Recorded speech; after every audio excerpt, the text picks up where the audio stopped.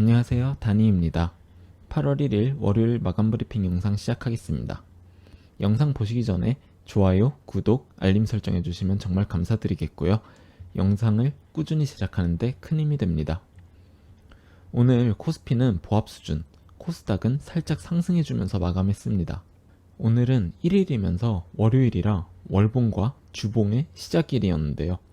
일단은 어떠한 방향성은 보여주지 않고 거의 보합 수준으로 마무리된 것 같습니다. 그래도 장 오후에 코스피, 코스닥 모두 외국인 순매수가 들어와 주면서 기대감을 실어주는 주봉과 월봉의 시작일이 아니었나 생각됩니다. 먼저 S에너지 보시겠습니다. 제가 저번 마감 브리핑 때 바로 올라가는 건 정말 큰 힘이 필요하기 때문에 무리일 거라고 말씀을 드렸었는데요. 오늘 장초에 이럴 수가 있나 생각이 들 정도로 강하게 올라가 줬었는데 결국에는 저번 주 금요일 음봉을 잡아먹지 못하고 아래로 내려와서 마감을 했네요. 오늘은 거의 유통 주식의 100%가 넘는 큰 거래량이 나왔는데요. 확실히 저번에 말씀드렸던 것처럼 이평선들을 위로 끌어올리기 위해서 거래량을 터트리는 것으로 보입니다. 보통은 그런 이유가 아니라면 유통주식 수보다 더 큰 거래량을 터트릴 이유는 없거든요.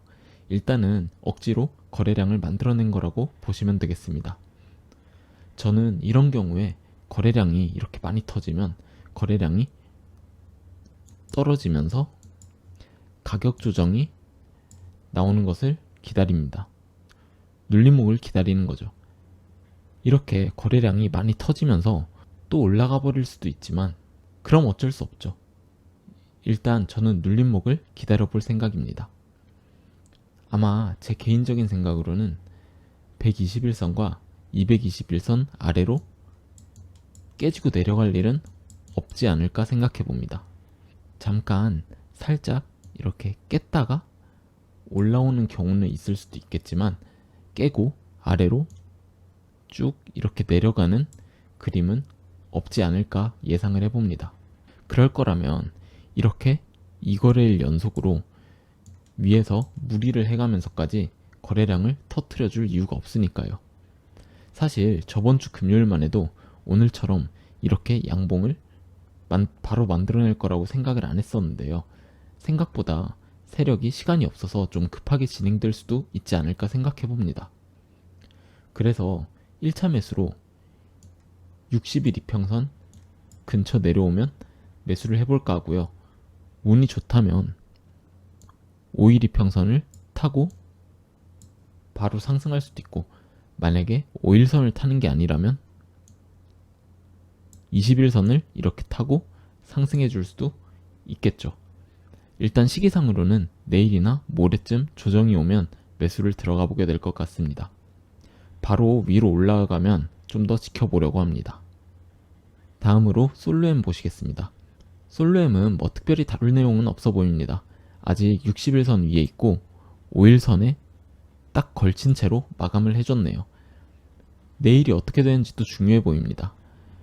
내일은 이평선이 이렇게 위로 향하게 될 거고, 종가에서 그대로 시작을 한다면 갭상승 스타트를 하지 않는 이상 5일 이평선 아래에서 시작하게 될 텐데요. 5일 이평선을 맞고 내려오게 될지, 아니면 이때처럼 5일선 위로 쭉 뚫고 올라가 줄지 한번 지켜봐야겠습니다. 다음으로 A루트 보시겠습니다. A루트도 오늘 특별히 다룰 내용이 없어 보입니다. 갭상승 후에 음봉이 나왔지만 거래량이 너무 적어서 안 좋아 보이진 않습니다. 일단은 아직까진 5일 이평선 위에 자리를 잡고 있는데 계속 유지를 해주길 바라봅니다. 일단 20일 이평선도 쭉쭉 올라와주고 있기 때문에 크게 걱정은 안 되는 종목이네요. 224일 이평선 위로 올라가기 전에 추매할 자리에 좀 와줬으면 좋겠는데 왠지 오지 않을 것 같다는 느낌이 듭니다. 그리고 조만간 224일선 위로 올라가는 장대 양봉이 나오지 않을까 예상을 해봅니다. 다음으로 시노펙스 한번 보시겠습니다. 오늘 5일 이평선과 20일 이평선 지지를 받으면서 상승을 해주었습니다. 일반적으로 주식하시는 선생님들께서는 거래량이 터지는 장대 양봉이 좋은 거라고 생각을 하시는 경우가 많은데요. 저는 개인적으로 저점에서 터지는 거래량 실린 장대 양봉만 긍정적으로 보고 나머지는 무조건 긍정적으로 보진 않습니다. 일부러 거래량을 만들어낸 게 아니라면 말이죠.